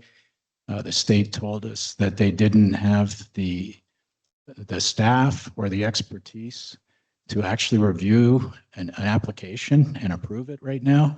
They also told us to come back in 5 years. That's our state. And I won't say much more about that.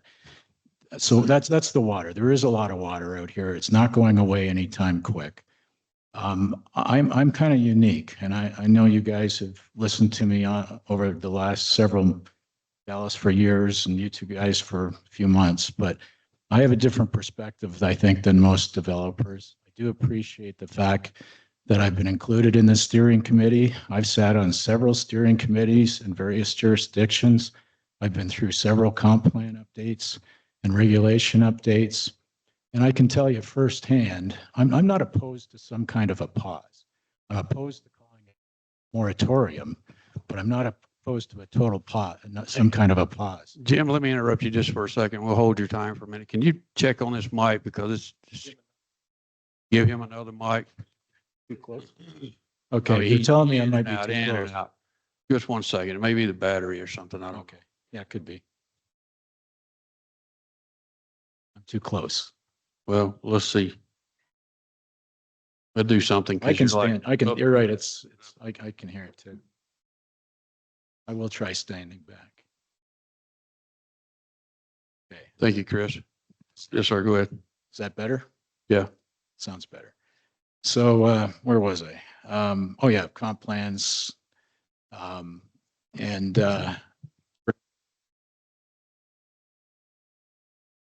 Deal. Yeah. how's that? I Good. think, okay, it looks like it's green now. I'm a developer that's actually gotten stuck in the middle of a comp plan update and a regulations update where there was no pause. And I was trying to zone a piece of property in a certain jurisdiction. Two things happened to me, the reality. In Dallas, I don't think you're wrong. It probably is more than 6 months. I got slow played. My application sat and sat and sat and sat. And it took forever to get comments and get reviews and all that stuff. And I think it was, I know the staff was busy with their comp plan update and their reg update and everything else. It took forever. You know what happened to me at the end of the day is they used the new comp plan and the new regs once they got them in place to modify my plan and they used the comp plan to basically cram me down and do something smaller. That wasn't really fair to me. I spent tens of thousands of dollars putting that plan together, but it happened. And I would rather know what I'm supposed to design to. I'd like to have an updated comp plan here. The comp plan's almost 8 years old, and the state recommends that you update them every 10 years. Two things I'll point out about comp plans is they're not regulatory, they're advisory. These are not regulatory documents, but they are a guideline, and it's good from a developer standpoint and the jurisdiction standpoint to be on the same page and know what the expectations are. So I totally support that. I'm not against this resolution. The language in paragraph 1, section on this page 2 is a little bit confusing, and it wasn't super clear to me when I saw it yesterday. And obviously there was a fair bit of last minute discussion and That's 5 minutes. yeah, okay, well, I haven't even scratched the surface here. But the bottom line is that I would encourage you to take a look at the language that was submitted to Lance by the craft companies. I support the language that's there. I think it's good language. We need to limit the interference here. And Mike, to Commissioner Buck's comment, this does not affect plats. This does not affect building permits, and it does not affect COs. The market is not going to hell overnight while we update this comp plan. And I do appreciate being on the steering committee, Mike. I know that it wasn't the intention to have a developer, but I have a ton of experience. I do have a perspective that I think is unique relative to my experiences in development. And I will be the first one to acknowledge that Elbert County is predominantly a rural county. It always will be, but there is going to be some growth. It has to be well managed and it has to be appropriate. And I know from my experience, I've been here in Elbert County for, it's going on 25 years when we started the first planning on Spring Valley. You're going to have to wrap it up, sir. Yeah, I'll wrap it up. My last thought is when it comes to the attached products, multifamily products, high density, Spring Valley and Independence, those are high density communities for Elbert County, but they're low density communities if you move them to anywhere else. The people, I think I understand the demographic of my buyer out here. And there's 3 or 4 home builders here, and there's a home builder that lives in Elkhorn Ranch that's here today. We're not coming out here to rent. We're not coming out here to buy a townhome or an impaired product. We're coming out here to get a good sized lot and a house that is above average. That it's a lifestyle. So I understand where you guys are coming from. And I think I have a different vision of Elbert County than most developers do. Again, I'm glad I'm on the steering committee. I think I can add a lot of value. Thank you, sir. Any other public comments? Yes, sir. Hello again, Jack Beckwith, Lennar Homes, Colorado, 9193 South Jamaica Street, Englewood, 81112. I don't want to repeat a lot of the comments that have been shared. Obviously, from Lennar's perspective, a moratorium or a pause is detrimental to both our interests, I believe both of our shared interests in growing the county. But I would like to shift gears. I'm the same thing you were. I would like to shift gears just briefly. So hitting on the comment that Chairman Buck made, you know, this doesn't impact plats, it doesn't impact COs or permits, but it does impact the future growth that, you know, from a land acquisition standpoint, we are looking 5 to 10 years in the future.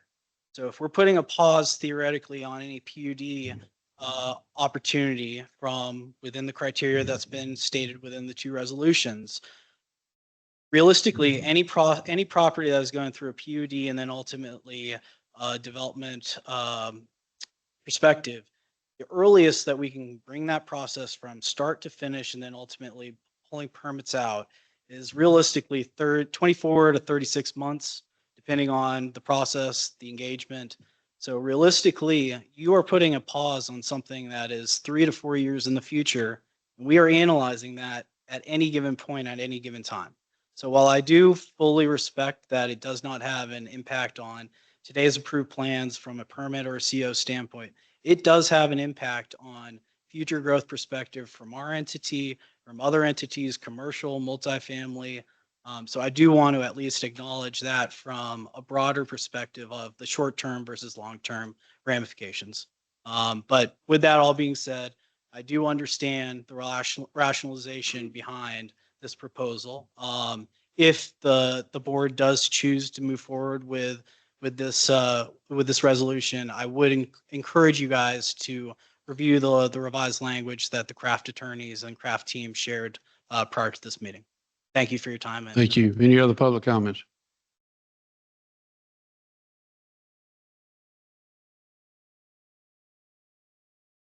Good morning, Commissioners. Ted Lighty on behalf of the Home Builders Association of Metro Denver. We represent a lot of the builders and developers doing business in your county today. You've heard from some of them already. I'm not going to belabor this and I'll be short. You heard some really good points earlier. This will impact the county if it's not done correctly. I think we've talked already about, you guys have talked already about new language that you received from your county attorney today. I think it's important if you are going to move forward with a pause, as you guys are calling it, that it is done right and it is done clearly. As you heard, there's a lot of confusion on what types of applications would be caught up in this pause. So we would support, or we would encourage you to support at a minimum this alternative language that has been put in front of you if you are going to move forward with the pause today. But largely as the pause, you just heard from one of the builders and you've heard from other developers and some of your residents on what impacts this could have, especially if it's not done right. So thank you for your time this morning. Thank you for your service. Before you leave, would you put your name and information up there, please? And pass it around for those who are already up here. For the sake of time, any other public comments? If you can just step to the side if you don't mind and fill it up. Any other public comments? Yes, sir. Hi. Good morning, gentlemen. How you doing today? Larry Gable, 33265 Wyndham Circle. I'm probably the oldest guy in this room, or damn close to it. I'm going to tell you about living in California. I was born and raised there. And when you let developers go rampant, it changes the whole structure and picture. And the reason I'm here. I grew up in the 60s and 70s, which is a great time to grow up in Southern California. I'll tell you the experience I had. My buddies and I would go to the beach. It was about an hour and a half drive on the 91 freeway. The 91 freeway back then was one lane each way with a suicide lane in the middle. That meant both directions could pass. We could leave our house, be down the beach in an hour and a half, surf for a couple hours and go home. No big deal. Today, that same freeway, the 91, 7 lanes in both directions with 2 express lanes. You would be hard pressed to get there in 2.5 to 3 hours, same drive. That's what unrestrained development does. I understand you got about 9,000 homes approved according to your pipeline report. I think that's going to cover this time frame pretty easy. Those are already slated to be built, take them what, 10 years, 15 years? My bottom line is unrestrained developer-driven growth doesn't end pretty. And I see it happening here in Aurora. I see it in Parker, I see it in Castle Rock. I'm sorry, guys. It's not pretty when it's done. The impact on the quality of life here is fabulous. That's why I'm here. Retired. I left my family, my kids back there in California. I would love to get them out here, but they won't come. But I moved here for quality of life. And if you let these developers do what they want, when they want, how they want, it's not going to be pretty. Kudos to Jim Marshall, though. I'll give him some credit. What he wants to do with Pine Ridge Estates, 1 to 4 acre parcels, I think is beautiful. And I think that fits here. And I think it should be the blueprint going forward for development in Elbert County. And I agree with this affordable housing. Who says, if I want to move to Martha's Vineyard, do you think they're going to give me affordable housing? I don't think so. I don't think we need to offer that. There's plenty of affordable housing around us. And like they said, there's no jobs here. And well, a lot of people are telecommuting. And so I just want to encourage you, go forward with this pause. I think it's worth the time. Slow it down, take a view. According to the Town of Elizabeth attorney, you can go up to 2 years. So if you need to extend it, you can, according to him at one of the Town of Elizabeth meetings. I think what else I wanted to say. Anyway, I think you're on the right track. I'm on the steering committee. I've got some things I want to bring. Another thing I would encourage is no metro districts for residential development. Okay, for fire and surface and stuff like that. But they're egregious and they're abused and they're not making it affordable housing. Trust me, when people start getting the final bill every month on their property taxes, it's taking the equity out of their pocket and putting it into the developers. And I'm an accountant. I know what I'm talking about. Thank you. Thank you, sir. Any other public comments? Yes, sir. Len Neer, 3129 Antelope Ridge Trail, Elkhorn Ranch. Been a resident for 20 years. I also work for Pulte Homes. I'm the developer of Elora, which is being developed by a metro district. The county's taking absolutely no responsibility for our roads, our infrastructure. So just to address that comment, I don't have much to add other than, you know, when we go through as a builder developer, we have to have public notice, neighborhood meetings, tons of outreach. And I do feel that by adding this to the agenda 24 hours ahead of time was disingenuous. I'm in Mr. Buck's jurisdiction, and to be quite honest with you, I don't appreciate it. Don't have much else to say other than I think this needs to be tabled. Thank you. Any other public comments? Yes, sir. Morning, Commissioners. Matt Jenkins, Richmond American Homes, 4350 South Monaco Street, Denver, 80237. Appreciate everyone's comments. Don't have a whole lot more to add. I think you guys have kind of touched on a lot of the concerns we would have as a builder. We would want to build homes for your firefighters, school teachers, police officers, and this, I think, kind of erodes that aspect of that. Secondly, kind of touching on what Jack said, in terms of land acquisition and kind of looking at future deals, from a stakeholder perspective, our team would have a hard time, even after the moratorium's over, we're gonna have a hard time kind of having confidence in what's happening in the future. So if that's a 6-month time period or 2-year time period or 4-year time period, that doesn't mean we're immediately ready to come back in as soon as that's over, because we don't know what's gonna happen 6 months after it's opened back up. So I feel like that needs to take into consideration as well, because that will affect how builders and developers look at this county in the future. So in addition to the other concerns that have been brought up. So thank you. Thank you, sir. Yes, sir. Again, Kerry Moore, RKM Homes, 36480 Antler Grove Circle. 40 years I've been here. 40 years. 40 years. I've listened to the water issues, okay? The water that, when you buy your land, that's your water, not your neighbor's water, not your whomever. It is your water. Nobody's business but your business. There's more than 2 aquifers. There's 5 aquifers that we use here. Every development, as far as I know, when I do them, I got to prove 300 years of water use underneath those projects. Tell me if I'm wrong, but that's what I've always had to deal with. I think that we can walk and talk and chew gum. That's what we're elected for. That's what you guys are here for. You think that Denver puts a moratorium, all the other municipalities, hey, hold on a minute because we're getting above ourselves? No, I don't think so. I think that that's why you're getting paid to do your jobs. Are you able to do your jobs? That's a yes or no. I think we can. All right. So let's do our jobs. Okay. Let's not stop progress in this county because what's to everybody's point, yes, 6 months is 6 months, but you're not seeing 5 years from now. Okay. And I am the local guy. That will affect what I do, how I feed my family, and how we bring industry into this county. You'll stop it. Nobody will come in here. And I get it. Let's not have the Parker and the willy-nilly. Let's have comprehensive development so that we don't get this crazy patchwork. We don't want that. Been here 40 years. Don't want that. I hate seeing that. That's not right. I got some other notes here. Shut down. Let me ask you something.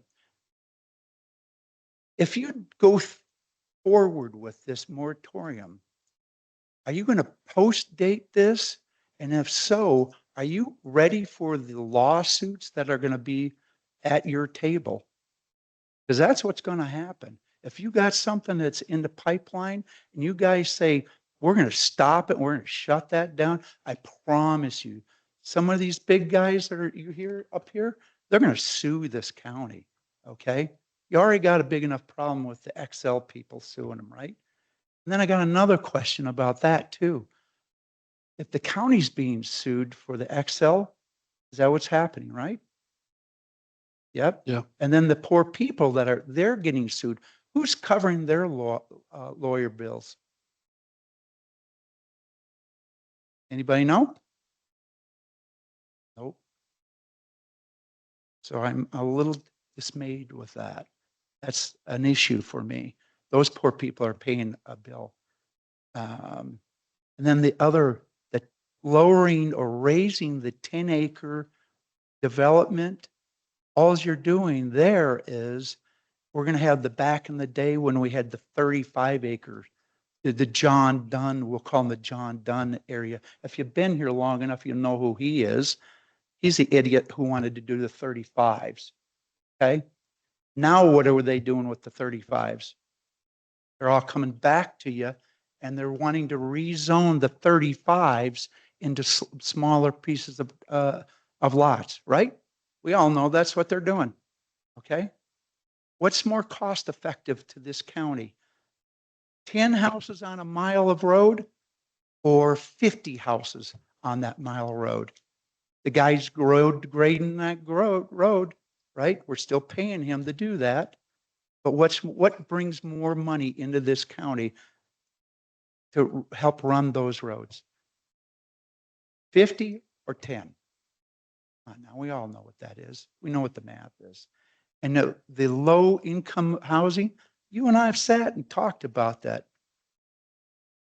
Never got a call back. So why I'm offering you my services to, hey, let's get affordable housing, not just for me to make money. I'm wanting to give back. I want young people. I have 7 kids. None of them can build a house in here. I'm a builder and I can't build them a house. The fees have got to stop. They got to go down. The development fees, all of them need to go down. All right? That's 5 minutes. There you go. I'm done. There you go. Please don't do this. We can walk and talk. We're grown-ups. Let's do this the right way, okay, All right. please? Thank you, sir. Any other public comments? Going once? All right, we'll close the public comments at this time.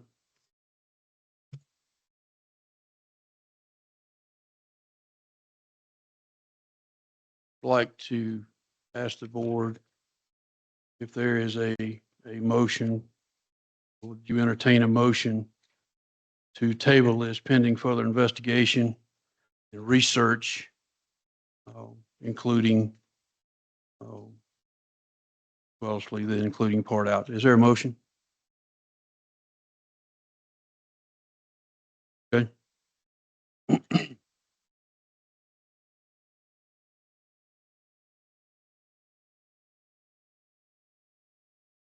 I make a motion, we postpone the consideration of 2 resolutions to implement strategic pauses on specific and limited types of development applications for further review and advice from our legal counsel in regards to the document that we received from one of the local developers' legal counsel. Second. There is a motion and a second. All in favor, sign of aye. Aye. Aye. Motion carries. Next item on the agenda is executive session. Any board member feel the need that we need to have an executive session at this time? Lance, do you have any advice on that? Is there any legalities or legal discussions that we should have? Okay, sorry. Okay, I'll switch that up. I did not hear anything that suggests we need to have an executive session today. There are a couple legal issues with the language that's been proposed, but we're going to have more time to deal with that and get input from the board and from the public. So we certainly could discuss those today if you want, but it's not time sensitive from my perspective. All right, gentlemen. Mr. Schroeder. I think extra time to get more information is warranted. So is that a yes or a no for executive session? No. Okay, sorry. All right, sir. Any reason? Commissioner Schroeder. All right, so next item on the agenda is board planning. So agenda items, commissioners, you have any agenda items you'd like to add to the next? I do not. All right, Commissioner Buck. Not at this time. All right. I do have the one that I would like to bring back and revisit, and that's on the appointment for the planning commission.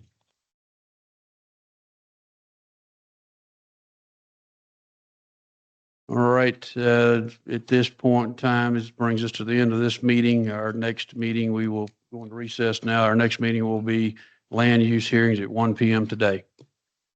Thank you.